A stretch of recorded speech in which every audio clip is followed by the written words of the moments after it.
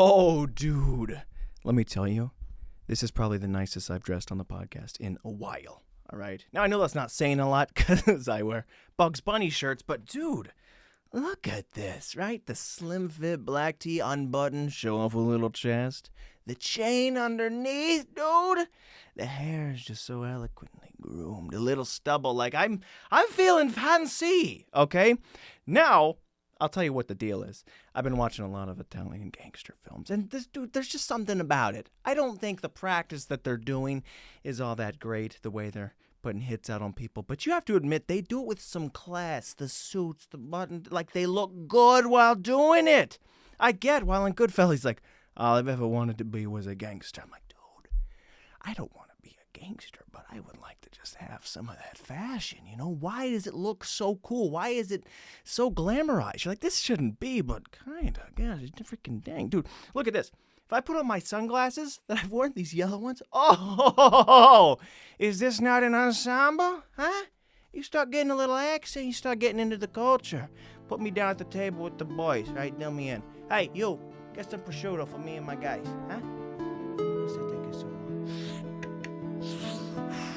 You know what it is? We're gonna whack him. He's taking too long. He's taking too long. We're gonna whack him. You know? Dude, what is it about it? I don't know, man. But you feel good, a little Goomba. I don't know. I'm just feeling, look at this. Just watching the movies, I'm already dressed and acting better. Give me some class, man. Now, surely I am in sweatpants, but you know what? Big deal, right? It's big deal.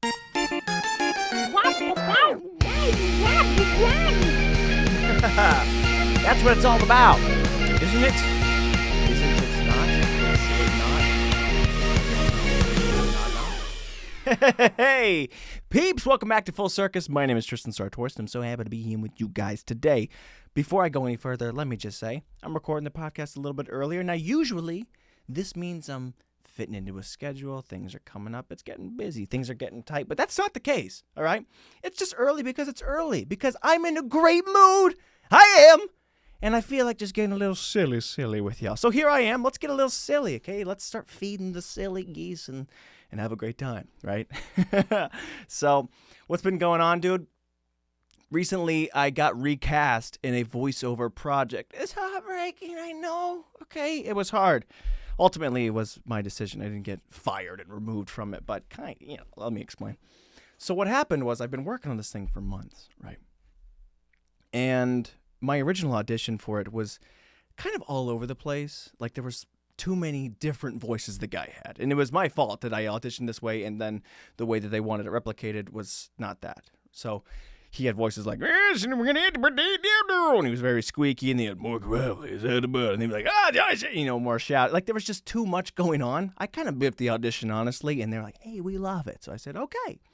Now when we got to the recording thing, I didn't know how to replicate that properly. So I would do all of those things like, yeah, we don't like that. Take out the squeaks. Like, I take out the squeaks now. He's just gravel. Like, it's just too gravelly. Remove the gravel. So I said, no more gravel. Just shout. Like, all right, but that's not working either. So I'm going back and forth. And for months, I've been trying to figure out what they want and how I can make it work. But unfortunately, I was like, dude, I don't think what you heard in the audition can be replicated because that's just not what you want, right? I've done all the different pieces, so we had to have a professional discussion. I had to say, you know what?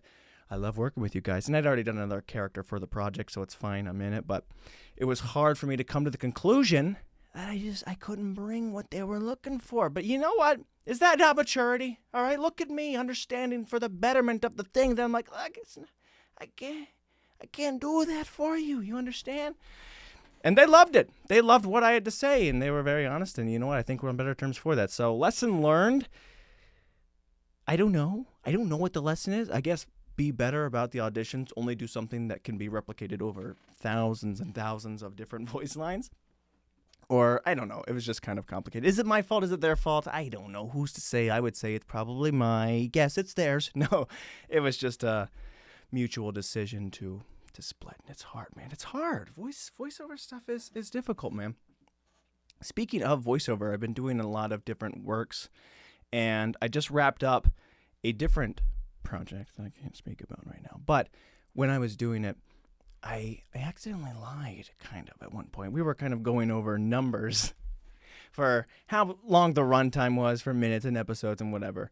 And I said, oh, yeah, it's going to be about 5.5 hours or so. And she's like, wow, that was impressive quick math. And I brought up the calculator to do it. I didn't say anything because I just thought, well, surely who's going to freaking solve that equation that fast in their mind? But she's like, wow, that was impressive.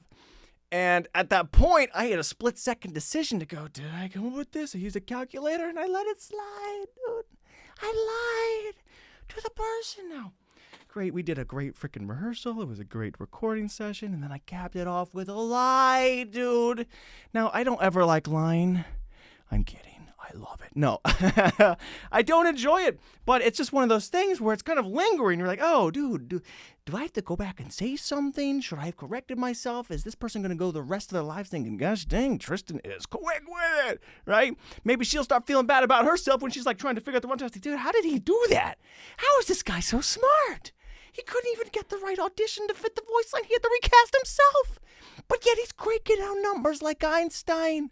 So I didn't do anything, and I don't know what to do, but I feel bad about it. Lies are hard. You have to kind of find the line, and what is a lie really? What is it? Is it to where it doesn't hurt the other person? Because I don't want to hurt the other person. I don't think it's hurting the other person. But also, is it benefiting me to be like, oh dang, freaking big ego boost? But I didn't have the intention of lying. What do I do, man? No wonder my hair's going gray. I'm freaking pushing myself into the worst situations. Now I get it. A lot of people are dealing with other things in life, and I'm dealing with the fact that I threw out a quick little math problem, and I took credit for what my phone did. But it's hard, man. I don't like lying. It burns me to the core. I remember the first lie I had ever told. I was 5 years old, and I was in church, of all places, dude. The first lie I have ever told in my life was inside of church. We were going through this little freaking hallway. We were doing some art pieces or whatever. And I remember the kids talking about Finding Nemo. And they were like, yeah, I just saw Finding Nemo. And a few kids said it, and it was the first time I guess I had felt left out. And I went, yeah, I saw Finding Nemo too. Hadn't seen it. And I remember as my first lie saying that, I went, holy crap, why did I say that? And I didn't know how to take it back. I was like, I have seen Finding Nemo. And still, I've seen Finding Nemo now. But still to this day, I'm worried. Has that guy gone his life thinking Tristan's freaking cool? He's up to date on his movies. He saw Finding Nemo. The weekend we all did. What a cool guy, Is he freaking 25 years old still thinking about me? Because I'm still thinking about him.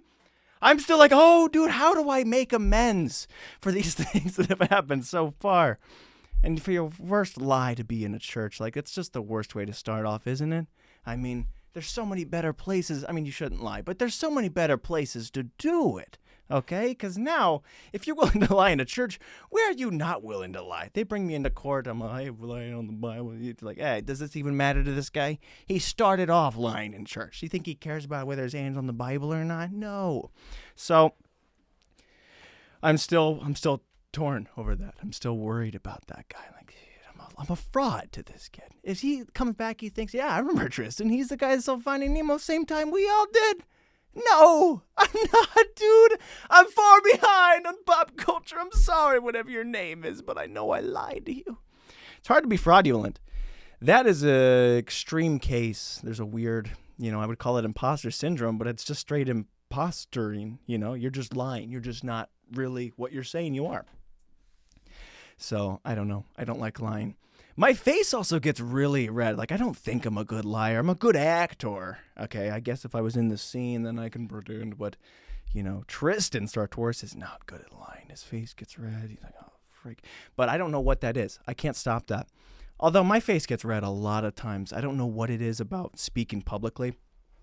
But there's sometimes, it's not nerves, right? I mean, it used to be, but now there's times where I'm just having a conversation with someone, people are looking at me, and I feel my face getting hot and nervous. Oh, frick, am I nervous? I'm still listening to this guy, but like kind of tuning out, thinking about my own face right now. I'm like, am I nervous? Like, no, I'm not. Why am I on fire? Why is my body saying, frick, we're going to be judged here in a minute? I don't know what it is, man.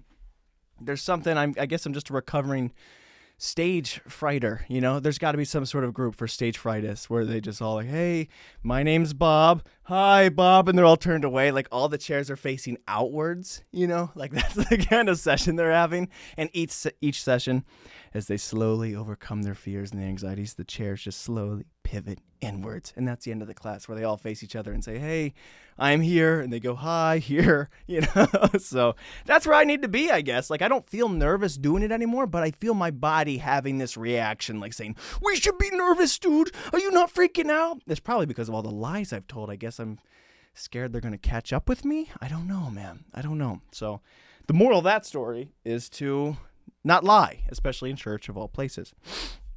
So I think every lesson and every story I like to tell on the podcast, I like to just cap it off with some meaningful wisdom, because what's a story without, a child's book ending? Oh, so that's why you shouldn't lie to your friends. You make them feel bad. Oh, okay. So that's why the toad said that. So anyways, else is going on, dude, doing a lot of website design. And that's always tricky. I think I've mentioned this before. It's kind of like the Halloween production. Oh, I don't know if I did say it, but it's similar to all the other artistic ventures I take on that I just don't know how to do them. I'm just typing in code trying to figure this crap out. Like, what if I don't? Dude, I didn't even see Finding Nemo when everyone else did. I don't know how to freaking do this. So something that I thought was going to be a weekend, I was like, I'll just design, make this website. It'll be nice, polished, perfect. Okay. It's been like 8 months or something. I don't know. I'm just going endlessly. This could be better. This could be better. I can figure it out. And then I learn more as I'm figuring this out. Like, I can go back to the other thing. I can make that even better. So it's an endless cycle, I guess, of bettering yourself. But at what cost? I can't stop doing it. I just keep on updating. It's like my main job is updating a website. For me, I need someone else doing this. So it's a lot of work, and I'm trying to build my portfolio for my voiceover page on the website. You can go to the website right now at tristansartoris.com. Podcast, everything's already up there. So, yeah, I'm trying to get clips and stuff for my portfolio, and that's always difficult because I'm tracking people down, and I have all the clips and all the audio of things, and right now I'm trying to get one from a short film I did. I can't remember if I mentioned this on the podcast. I played an abusive father in one, in like a little short film. And that was a fun role. It was cool, although I think, again, if I mentioned this or not, but when I got cast, like, you are so freaking believable. I can't believe how realistic this is. Like, why? Okay, you're welcome. Yeah, it's not, okay, thank you, I guess. It's hard because you're playing so good at being a bad guy.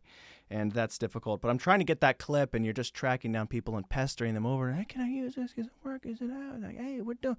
I don't ever want to be a problem to people. I don't want to be blowing up someone else's phone. And I'm always thinking perspective, of other people. That's why I'm so genuine and polite, I think. But, when I see someone in the store, I'm like, oh, what's that guy going there? What's his favorite snack? What's his job? Who's he going home to? Is he stressing? So I'm always kind of putting myself in their shoes, in their sandals, whatever footwear they have on, I'm putting it there. So when I contact these people, I'm putting myself in their shoes. I'm going, is someone asking me, pestering me multiple times about this, going, what? You think this is just easy? Like we can just get this project finished overnight? Do you have any idea what this is? How disrespectful of this kid, huh? Stop blowing up my phone! I'm like, yeah, okay. I'm not going to say something more. So with one of these projects that I just did get the clip for, it's taken me like 2 years. I've just been knocking on the door. Hey, sorry. But it's hard, dude. So I've been getting all the clips.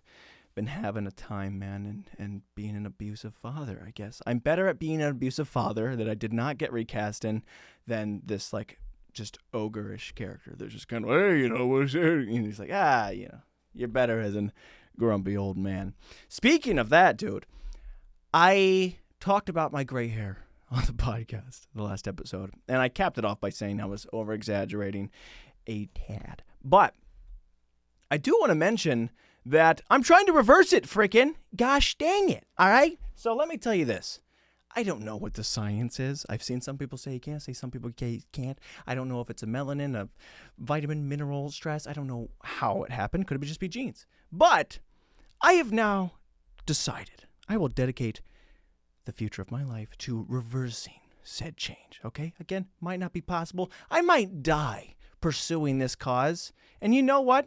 If I don't reach it, who cares? I'll die with a purpose, okay? I'll die trying to strive for something better than anyone ever has. I'm not going to phone it in like all these other elderly people. I am going to be one of the elderly people seeking to reverse time. Sorry, microphone. You just got clocked. So, yeah, worst case scenario, I guess I die fighting for something, and very healthy. So I'm taking all my multivitamins, water uptake's gone up, fruits, vegetables. I'm in it, okay? So I'm a very, very healthy, and I don't know, what's another word for healthy? I'm just on top of things, okay? What the frick is another word for healthy? Is there? Think of one. Say it out loud. Now email it to me, and I will report it in the next episode where I say how embarrassing it was that my memory has gotten worse in my old age. But anyways, yes, I am trying to reverse it. I don't know if it's going to work, but who cares, right? I like chasing something. Whether the dream is catchable or not, isn't it just the best to be in pursuit? Why pull over and park? At least drive somewhere. If I never make it to Disney World, at least I'm going to see a lot of freaking landmarks. I'm going to see stuff. So that's where my head's at. And other than that, dude, Mother's Day was this Sunday. I didn't get my mom a card or a gift. I didn't realize that my brothers were. Okay, there needs to be a group chat. There needs to be communication, by the way. Okay, guys, if you're listening to this, next time, say something, all right? Now, I'm still living with my mom, and I'm hugging her, and I'm loving her, and I'm telling her she's fantastic every single day. I don't think I should have to write a card, because you guys don't share affection like I do. But if you're going to give a gift, okay, let me be part of it. Let me sign a name. Let me do something. I think it's a little disrespectful, honestly, to outdo someone without giving them a chance to fight. That's not okay. Also, my brother, I'll get to this later, I guess, but my brother, freaking with his gift that he gave her, he took freaking part of my gym equipment. I went out there to work out the next day. I was like, where's my weight belt? Where's the chain? Why? He made a hammock, and he took it and tied it up, and then he took our swing from the backyard and did the thing. I was like, what are you doing?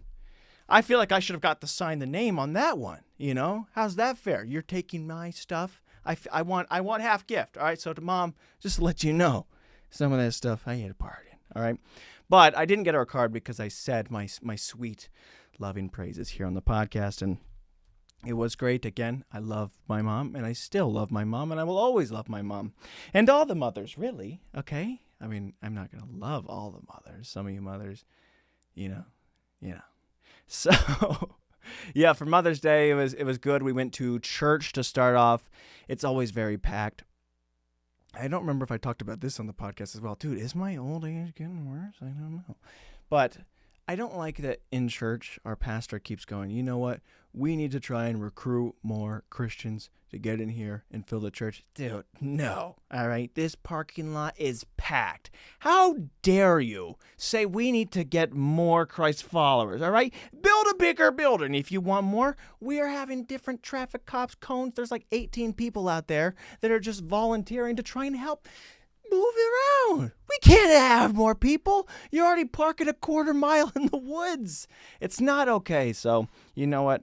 I like the idea of what he's shooting for, but take note, okay? Go out in the parking lot. We don't have a pastor's parking spot like you do. You don't get right there. We struggle. So anyways, parking there is always interesting because people have to act Christian, whether you have road rage or not. Outside of Sunday morning, you kind of have to be like, yeah, go ahead. No, oh no, me. You go first. I don't care. I've been waiting here for 7 lines already. So that was cool. Eventually, we got inside the building. And, man, I was having a weird hair day. Okay? It was one of those things where while he was talking and he was doing his sermon, I would have loved to be paying attention more than I did. But I was, checking the shadow.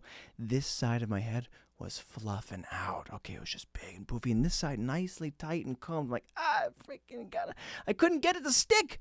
It's like the sun had just frizzed up one side of my face. I'm like, oh, come on, dude, come on. Eventually, I couldn't do it. I assume halfway through the sermon, again, wasn't paying attention the greatest. But I decided if I can't make this better, I got to make this side worse. Okay, I'm a symmetrical guy. And I don't know how that philosophy applies to real world life. It's not the best. It's kind of like, oh, I can only find one dress shoe, so I'm just going to wear the clown boots, okay? I can't be nice on both sides, so I'm just going to make it bad overall, I can't find my socks, whatever, I'm going barefoot, So my hair was just out both sides, and maybe it's ridiculous, but at the very least, it was symmetrical, and I thought it was classy. So after that, church, they played some new songs, and this bothered me a little bit because if you're going to play new music in the church, all right, I'm saying this to all the worship leaders, say that, okay? I need you guys to announce, hey, We've got a new beautiful song coming up. It's new. We have not played it yet because if you don't, all of us, we're sitting in there thinking, gosh dang it, am I a sinner? How do I not know the words played? There's no classics. There's no going off. And I can't tell who's singing, who knows the words or not. So, oh, geez, what's wrong with me? I got to get back in the Bible. What? I'm not even up to date on church music, on the hymns, huh? You know how bad that makes people feel, especially on Mother's Day when other people come in for sometimes their first time in a long time. Like, dude, what happened to open the eyes of your heart, Lord? Do people even quote John 3:16 still? That's the equivalent of reading a passage out of the Bible that hasn't been heard yet. Like, oh yeah, in 2 Peter, he cannonballed off the side, and the people went crazy, dude. You're like, dude, how far behind am I in my faith? That's how it made me feel. So I was very upset. No, I wasn't, but I enjoyed it nonetheless. Then we got home and my brother, one of them, was severely late. Okay, I'll call you out. I don't care. I mean, they're both kind of always late and we plan for that. We're like, hey, be here at 10 a.m. Like, actually for 1 p.m. So one of my brothers, they showed up, basically on time. And my other brother, dude, he can't show up. Some people just don't have watches or phones or clocks or the sun. I don't know. So they're always about 2 to 3 hours late. And that's fine. It doesn't really bother me that they're late. What does bother me just a little bit, though, is that now we're about 4 hours into the party. They show 2 to 3 hours late. They've only been there. And I think they feel guilty about it. So they stay later. So by the time everyone's packing up when we're getting out of there, long party's going on, we're burnt out. That's enough socializing. Okay. They stay 2 to 3 hours late to make up for it. So now I'm like, hey, okay, nothing to do. Hosting ability's gone. I got no more bread for you. I got no more snack. I can't be keeping up this facade. So they really just stick around, and that's okay, dude. I love the family, but you have to understand something. If you no longer live in the house, people can't really relax and just go lay down. We feel like you have to be attentive. Oh, we have company now. You're not just family.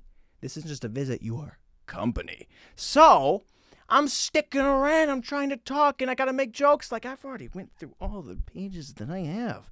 I only had so many punchlines prepared. I didn't prepare for an 8-hour party. So anyways, that's when I did go kind of like separate. Like, all right, they're going to stick around and do whatever. And that's when he freaking stole all my stuff and put out the gift. So anyways, that was cool, man. What else is happening in the world? What time is it? How long have we been going? We've been going a decent bit. That feels good to say still, dude. Yeah, I recently went to the store with sandals on, barefoot. Now, I tell you this because I routinely make fun of other people that do it. I don't think you should ever be barefoot unless there's a body of water within 60 feet. Okay, I think that's wrong. I think that's gross. I don't want to see your hoofs in the grocery store. But I was running late. I had some voiceover stuff to do. And look, again, I'm going to be hard on myself because that's not an excuse. All right, if you can put sandals on, put a sock on. But I messed up. I'm admitting fault, all right, because there's a lot of lies that I've told and I haven't come clean for. I will take accountability here today. I walked through the grocery store barefoot, and the whole time, dude, I was embarrassed and ashamed, and nobody looked at me weird because you guys are all freaks and you think that's okay. But I walked through that store ashamed, like I had a freaking dunce hat, like I had just done the most horrible deeds ever, like I was just gotten out of prison, like I had one of those shirts like, hey, just got out of jail. I'm like, oh, jeez. It's hard. It's gross, dude. You cannot have your freaking toenails out in the produce aisle. That's not okay. So I've been disgusted with myself for a long time, but this is a good episode. It's good to be lethargic and just kind of come clean about some things, dude. So I'm enjoying it. I will say the podcast, it's gotten an uptick in audience, and you guys watching it, it's fun listening to people quote the show to me. However, the little caveat is that this is just more of a creative outlet, that sometimes I forget I'm constantly posting and marketing as well as I do, and people say something, and my first thought is, what? Then it goes to, how'd you know that? Then it goes to, oh, he agrees with me. And then it goes back to what? And then they say, like your podcast. Like, oh, geez, yeah. Because I'm just throwing my thoughts out there. I'm like, are you reading my mind? It's kind of scary. It's like a journal in a way, this podcast. So if you write something very private and funny or scary or sad in your diary, and then the next day your mom's like, oh, you're really dealing with that, huh? You're going through that? You don't need to be eating any cleaner. Like, what the? You've been snooping? Like, oh no, it's online. That's my bad. So just a little bit, if someone quotes something that they think is funny on the show, I'm like, hey, you've been watching me? Huh? So it's great. It is awesome, man. Other than that, I am trying to get my own car insurance right now. And I just went across a bunch of different companies and whatever, and I did quotes, right? You sign up, hey, this is my accident, this is my driving record, tickets, whatever. None of it. I'm clean. And checking out all the quotes and what the coverage is. What I did not realize that when doing that, I had now invited all the people to just blow up my phone. Like I'm the most popular kid. We want your business so bad. So every single one of them is constantly blowing me up. And State Farm is the most persistent. Okay. And you guys know it. If anyone's out there, if you work for State Farm, you guys don't give up. And I respect that, but stop. So this had gone on. I'd say stop, thinking it's an automated message. No more. No more. They keep coming back. More emails, phone calls, voicemails, texts, all of it. Now, what I had done was the last message that they just sent, they were like, hey, so we're looking at a quote, like $45, $50, right? How's that sound? And I decided to haggle a little bit. Now, just a little minor haggle is what is okay, typically what you do with a sale. And you shouldn't do that, I don't think, in, government and all these kind of bigger purchases. But the reason I was trying to haggle was that it can be taken insulting in a way. You can offend someone. And I was trying to offend. I wanted them to say, hey, how dare this guy try and belittle our prices? So like, hey, $45, $50. I'm like, hey, can you do $33? Thinking they'll just shut it down. I'm like, all right, cheapskate over here. You don't want to pay a penny. They follow back. And they're like, all right, okay. What the heck? I didn't know you could haggle with insurance people. Now, as fantastic as that is, and I have a meeting with them tomorrow, we're going to talk it out. Hopefully I get this thing for the low prices. Part of me is superstitious, thinking, how good can the insurance be if you're willing to drop about $20 on a dime, huh? How good is it? What's up with your deal? Why are you willing to go so low? Okay, I think it's just the superstition as an Italian in me. I don't know if all Italians are superstitious. That's just something I do. I claim a lot of things when I just do something. Yeah, Italians. It's just what we do. It's what we do. Other Italians might be like, superstitious? What? No. Hey, whack them. Like they don't get superstitious about stuff. But maybe they do, I'm not totally up to date on all my Italian culture. The few things I do know about us Italians is one, we do not mind our business at all. Okay, they have to critique. They have to talk about. They have to acknowledge everything. Two, love to gossip. Okay, now you might not know this, not being around the family table, but stories and gossip, it's all a part of it. Okay, and sometimes it's bad. Sometimes, actually, it's always bad. It's always kind of in the ridicule area. And if you think we don't do it about you when you're gone, we're chirping. Okay, so there's always something. There's gossip. Hey, you got the juice on that? Yeah, did you hear about what she did? Are you kidding me, dude? Just listen to my mom's phone calls. You're just like, oh, geez, what's going on over there? There's just stuff about. This is what they do. They don't mean no harm, but it's just a conglomerate, right? It was the social media before social media. They talk. They chirp. So that's what I know about Italians. And also, furthermore, I think I heard a quote recently by another Italian. And he said, Rocky's not just a movie, it's a documentary. And I think that's the way all Italians do look at the movie Rocky. It's like, yeah, that is one of us. That's our guy, and that could be me. I look at Rocky like, hey, of course I could be Rocky. Sylvester Stallone's one of us. And furthermore, on top of that, when I was about 8 years old, my grandfather used to tell stories about Rocky. And I was not aware that there were bonus features or behind the scenes for movies. So he was telling stories about, oh, yes, Sylvester Stallone, he was going through this. He wrote this big story, and he had a fallout with this guy. I'm like, oh, my gosh. I'm listening carefully because I'm thinking he's telling personal stories that he knew Rocky. So part of me, to this day, right, this was freaking, what did I say it was, 16 years ago. Maybe my math, I should have brought my phone out, but then you would have known I was a liar. So anyways, part of me to this day sees my grandpa, and I think, yeah, he knows Rocky. And my brain has to kind of switch it off because I just recently discovered that he doesn't. But he knows some famous football players that went to the similar high school. I'm like, oh, well, if he knows that, of course he's telling the truth about Rocky. He knows Rocky. Rocky's one of us. Rocky! You know, we quote it. We all want to be Rocky. It's a beautiful, beautiful thing. So, yeah, I don't know if they're superstitious or not. I am a little bit. I don't know if they would all be as skeptical on the car insurance. But you know what? As Italian, I say, hey, what's going on here, right? So that's what the deal is. Also, there is a bad stigma, I guess, with Italians. As nice as I was saying, they dress like the mobsters at least. The one time I have had somebody look at me bad because I was Italian is when I was doing life insurance last year. And I went in there, and as time has gone on, I've come to embrace the Italian in me, you know, because it's just learning, you know. I guess as you're older and you're looking for more identity, you're like, oh, okay, I get it. You know, you start dressing different. You're like, everywhere I go, I can smell the pasta boiling. You want to start making your own passata.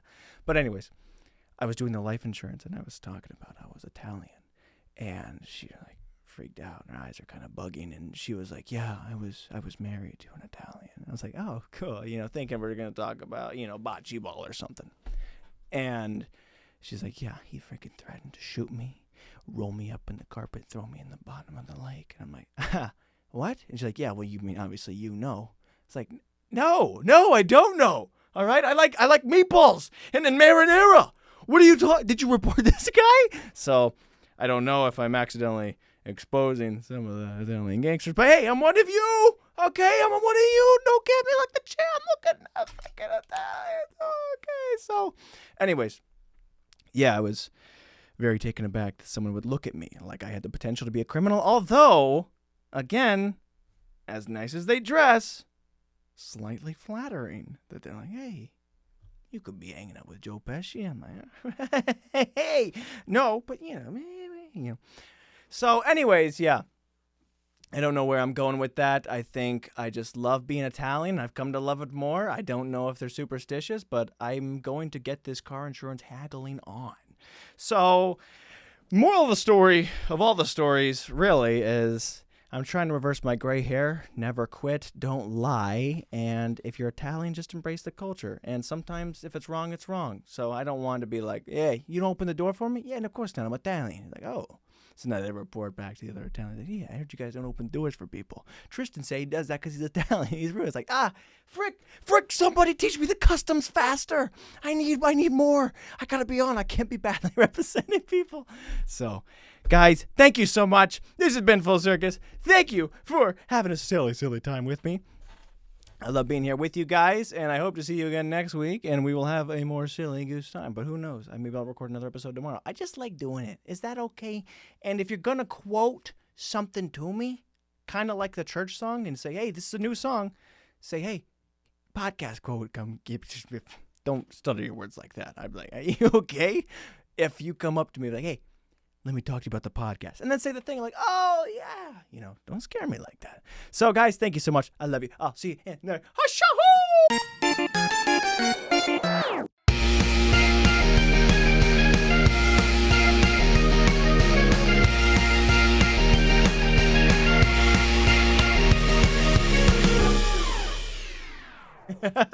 Forget about it.